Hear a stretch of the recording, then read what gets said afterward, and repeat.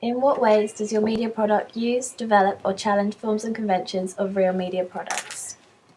I believe my title, Inadmissible, uses the forms and conventions of other horror genre films, as its meaning is uninvited, which connotes that the victim cannot control what is happening to them.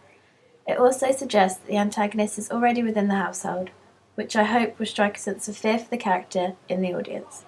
However, I decided to challenge the conventions with how my title appeared on the screen. I decided to incorporate my title within my opening sequence, as I prefer the appearance of intertitles. On the other hand, the blood handprints and blood red writing cohere to the conventions of horror genre films.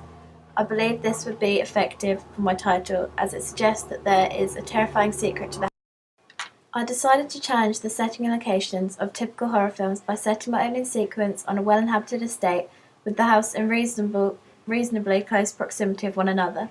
I used this location as my target audience research explained that my audience of 15 to 35-year-old males would prefer a horror film that had a more relatable location as it created a scarier vibe. However, inside the house I decided to conform to conventions of horror with the cobwebs as it added to the effect of the house being left empty for a long time. The characters in my opening sequence are wearing casual clothes, such as trainers, jeans, and their coats, which are typical of the target audience and therefore making it typical of horror aimed at this audience. Props I used are convention of horror, such as the fake cobwebs covering surfaces and pictures to make the house appear uninhabited. Also, the fake blood on the title, which is typical of a majority of horror films.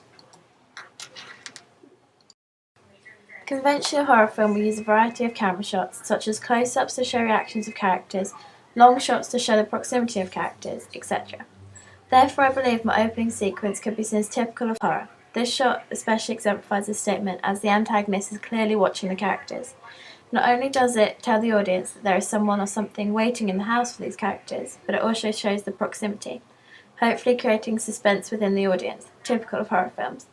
Other typical shots I've used are close-ups to show the actions that are being conducted by characters to help the audience see that one character has been left alone inside the house, setting the atmosphere of a particular scene. My editing is typical of horror, as simple cuts between shots make sure transitions such as fades don't detract from the suspense. I created my titles on a program called LiveType, using Font Onyx and the effect Lurch. This is similar to the titles of Seven, which I believe are effective for horror, as they suggest by the uneasy movement that something is wrong and give an eerie sense to the audience.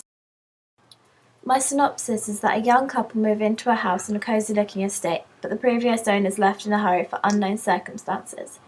In my opening sequence, we watch them moving into the house, which is clearly neglected due to the mail scattered on the doormat and the cobwebs hanging from every surface.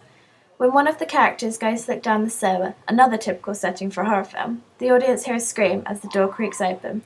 I believe this effectively portrayed the story, as it leaves the audience asking enigma codes such as, what happened to the girl? Where did the blood come from?